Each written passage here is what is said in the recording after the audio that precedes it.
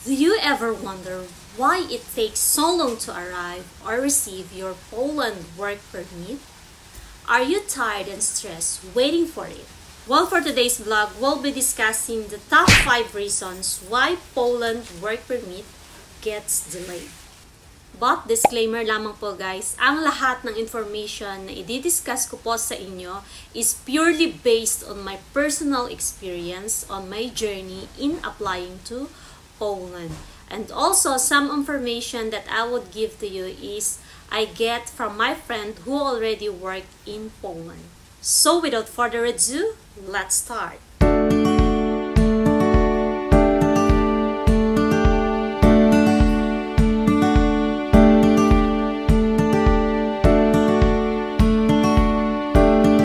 Hello guys, welcome to another vlog. This is Inday Guapa making informative videos regarding my journey in applying to Poland.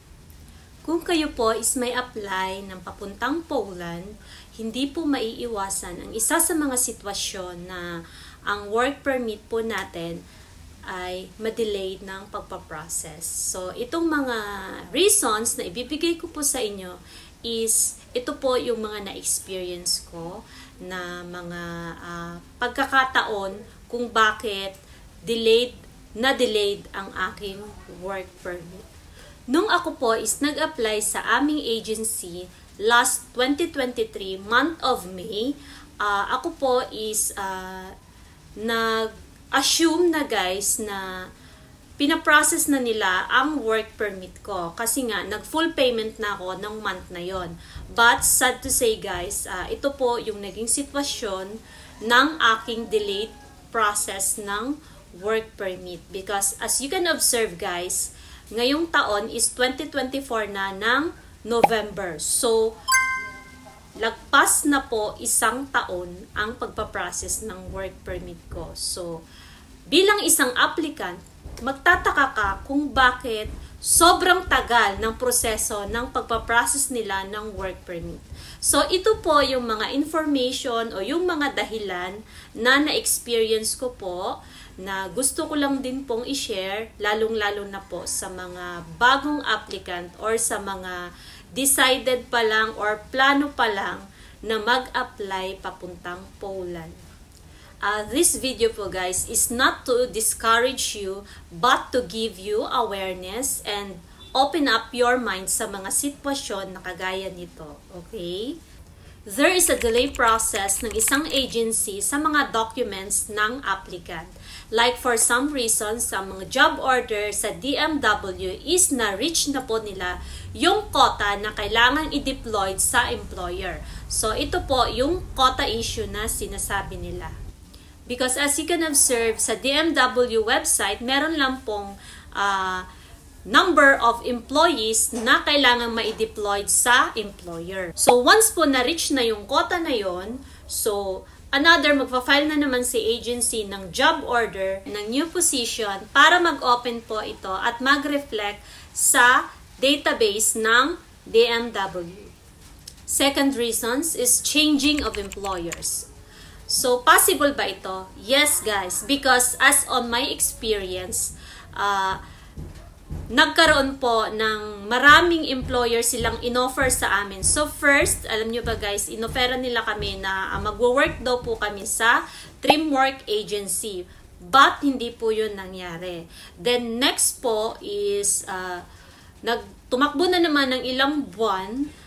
Sabi na naman nila is under naman daw kami ng Santina.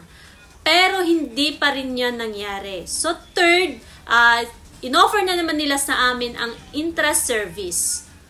But hindi na naman nangyari. So napakadami, 'di ba guys? And last, ang sabi nila, malilipat na naman kami sa Reworks. So kapag maraming employer nang nai-offer ang isang agency, ibig sabihin, another processing time na naman po ng iyong work permit. So, another span ng araw o ng months ang pagpaprocess na naman uli ng iyong mga dokumento. So, ayun nga, sabi nila, last na nga daw po iyon na employer na i-offer nila sa amin. So, sa isip ko naman, ginagaw na lang. At ako'y nahihilo na. Makaalis lamang. So third, location of the country applying for the work permit also varies. Of course guys, kung ang nag-a-apply ng work permit is nasa Poland lang naman, napakabilis lang pong mai-release ng isang employer ang iyong work permit. So within a month, meron ka na ding work permit nun guys. But for example, ang applicant is nasa Philippines. Of course, mas matagal po yung processing time na iyan guys. Because kasama na iyan ang delivery. So, based na sa nakausap ko na nasa Poland na, ang sabi niya po sa akin guys is 3 to 6 months. Dapat ganyan lang pong range katagal ang pagpaprocess ng iyong work permit. Okay? So, yan lang po ang standard na processing time ng isang work permit once na inasikaso agad ng agency ang inyong mga document. But guys, you know, as a reality ng buhay, hindi po iyon nangyari sa akin. Kasi based on my experience, dumating po ang work permit ko is lagpas 1 taon. So, 1 year and 4 months to be exact, nila na ipakita sa akin ang soft copy and hard copy ng aking Poland work permit.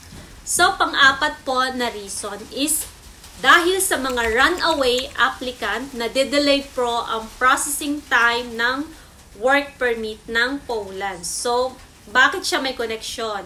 Kasi guys, based sa history ng mga nag-apply papuntang Poland is napakadami po ang nag-run away. So ano ba itong runaway applicant? Ito po yung mga applicant na may mga kontrata sa isang employer but on the actual side of the story is hindi po sila sumipot or hindi po sila nag-take responsible doon sa contract na kanilang agreement sa employer. Okay? So, ito po yung mga tumakbong applicant sa mga kontrata na dapat which is responsible nilang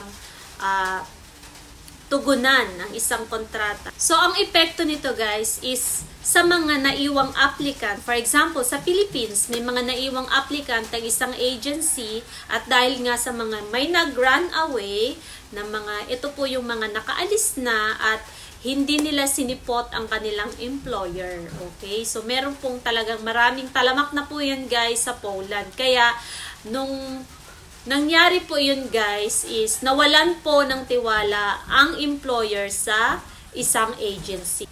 So, nakakaawa naman po yung mga naiwang applicant. Dahil po, nagkaroon sila ng trust issues sa isang recruitment agency dahil nga sa mga runaway applicant. Employers in Poland may have bad trust issues sa recruitment agency kasi nga po dahil sa runaway applicant na hindi nag-take full responsibility doon sa contract na kanilang agreement between applicant and employer. Kasi ito po yung mga applicant na tinakbuhan ng employer pagdating sa Poland. So last but not the least is unclear or unjustifiable reasons ng isang agency. Ito po yung mga maraming alibay si agency sa isang applicant. So mapapansin nyo naman yun guys kung ang reason ng isang agency is nag-aalibay na lang. Okay? Kasi walang concrete na sagot ng isang agency na maibigay sa isang applicant. Once na mag-inquire sila or manghingi ng information kung bakit nga tumagal ng tumagal ang work permit process nila. So kahit ganun po ang nangyari sa aking apply, hindi po ako nawalan ng pag-asa na magkaroon ng progress ang aking apply papuntang Poland. Okay? So, wag po tayong mawalan ng pag-asa kapag meron po tayong isang pangarap na nais nating matupad. So that's it for this video guys. Hope you find this video informative. Don't forget to click the subscribe button and hit that notification bell so that you'll be notified whenever I uploaded my new videos. Happy weekend! Thank you for watching my vlog and thank you for your support. Get up and be your own hero. This is Inday Guapa always saying, if you have a dream, there to make it happen. Bye! Thank you all for watching this here video.